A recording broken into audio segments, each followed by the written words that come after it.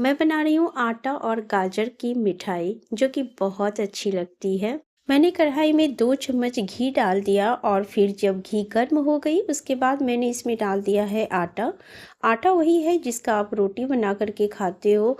फिर मैंने इसे भून लिया है और इसे लो फ्लेम पे चलाते हुए रेगुलर इसे भून करके तैयार कर लेना है और इसका कलर चेंज होने तक इसे भूनना है। इसका गोल्डन ब्राउन कलर आ जाएगा और फिर थोड़ी सी सोनी सोनी सी खुशबू भी आने लगेगी। तब आप समझिए कि आटे भून चुके हैं। उसके बाद आप इसे निकाल लीजिए एक प्लेट में। तो मैंने यहाँ पर वही किया है, गोल्डन ब्राउन कलर आ गया है, आटा भून गया है। उसके बाद मैंने इसे एक प्लेट में निकाल लिया। वापस से मैं इसी कढ़ाई में फिर से घी डाल रही हूँ। मैंने यहाँ पर 2 चम्मच घी का इस्तेमाल फिर से किया है और मैंने यहाँ पर गाजर को थोड़े मोटे मोटे स्लाइस में ही काट लिया है। आप यहाँ पर चाहें तो गाजर को कद्दूकस करके भी ले सकते हैं, तो जैसी भी हो आप मतलब अपने इच्छा से इस्तेमाल कर सकते हैं। तो मैं थोड़ी जल्दी में थी तो मैंने इसी तरह से मोटे मोटे गाजर को काट करके मैंने ले लिया है और गाजर को मैं थोड़ी देर जो है सो घी के साथ भून लूँगी। गाजर को घी में भूनने से क्या होता है कि गाजर का स्वाद थोड़ा ज़्यादा अच्छा आता है और गाजर थोड़ा पक भी जाता है घी के साथ। तो मैंने यहाँ पर गाजर को करीब 3 से 4 मिनट के लिए इसे भून लिया है घी के साथ। देख सकते हैं गाजर का कलर भी चेंज हो गया है और गाजर भून करके तैयार हो गया है। और अब मैं इसमें डाल रही हूँ दूध।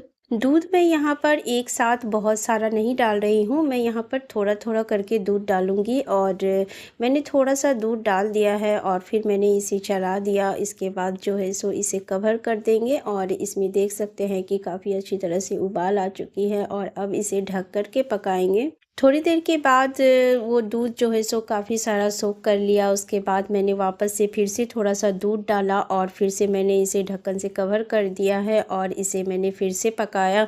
तो इसी तरह से मुझे पकाने में करीब 10 मिनट लग गया। इसके बाद गाजर भी काफ़ी अच्छी तरह से पक गई थी।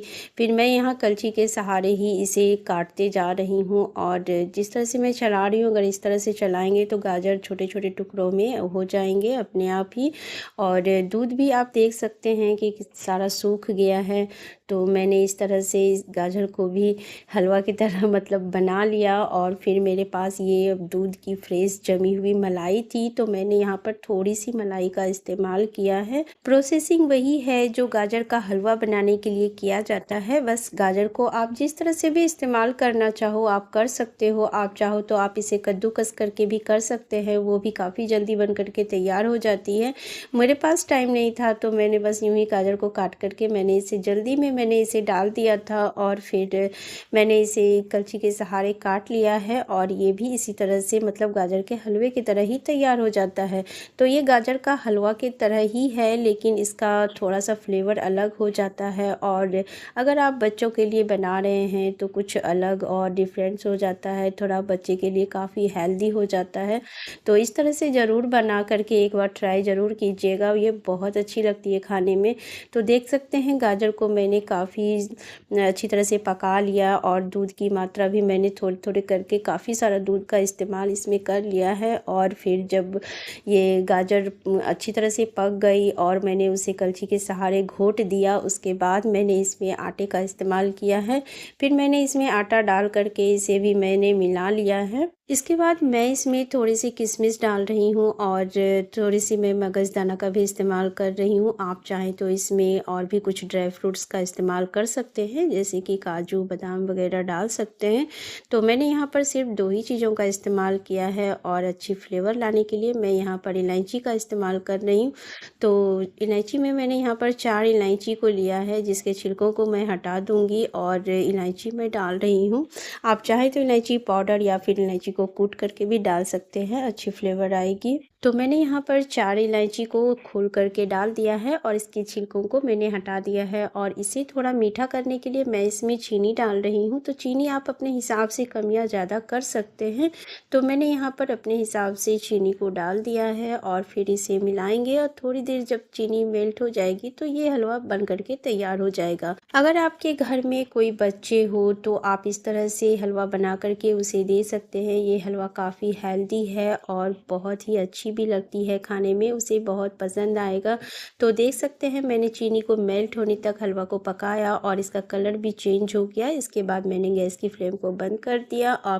आप चाहें तो इस स्टेज पर आप इसे लेकर के सर्व कर सकते हैं। तो मैंने इसे थोड़ा-सा अट्रैक्टिव बनाने के लिए मैंने प्लेट में घी को ग्रीस कर लिया और फिर यहाँ पर मैं हलवा को प्लेट में निकाल रही हूँ और इसे मैं फैला दूँगी। तो कलछी के सहारे मैंने हलवा को प्लेट में फैला दिया है और इसके बाद इसे काफ़ी अच्छी तरह से जब पूरी तरह से ठंडी हो जाए उसके बाद ही इसके पीसेस को काटेंगे, अभी कुछ भी नहीं करेंगे। तो मैंने इसे ठंडा होने के लिए रख दिया है और जब ये ठंडी हो जाएगी उसके बाद इसके पीस काटेंगे। कुछ देर के बाद जब ये हलवा पूरी तरह से ठंडी हो गई उसके बाद मैं इसके पीसेस काट रही हूँ। तो आप देख सकते हैं जो भी अलग से एक्स्ट्रा भाग निकला हुआ था उसे मैंने काट करके हटा दिया और फिर मैं इसके पीस काट रही हूँ। तो ये हलवा इस तरह से अगर आप बनाते हैं तो बहुत ही अच्छी लगती है, ये खाने में तो बहुत अच्छी लगती है। अगर बच्चों को आप बना के देते हैं तो वो बहुत हेल्दी है और आपके बड़े भी घर के बहुत पसंद करके खाएंगे। तो गाजर का हलवा तो बहुत बार आप लोगों ने बनाया है, तो थोड़ा कुछ डिफरेंस बनाइए अलग करके। तो ये भी बहुत अच्छी लगती है हलवा खाने में। आटा के साथ आप उसे एक सब्जी के रूप में गाजर भी आप बच्चों को दे रहे हैं और बच्चे आपके बहुत ही हेल्दी खाना भी खा रहे हैं। तो इस तरह की चीज़ें अपने बच्चों को ज़रूर दें और ख़ुद भी आप लोग खाइए, ये बहुत अच्छी लगती है। टेस्ट में भी ये बहुत ही लाजवाब है और कुछ अलग भी हो जाता है। तो ट्राई ज़रूर कीजिएगा और कमेंट करना मत भूलिएगा। ज़रूर से कमेंट करके बताइएगा कि मेरी ये रेसिपी कैसी लगी।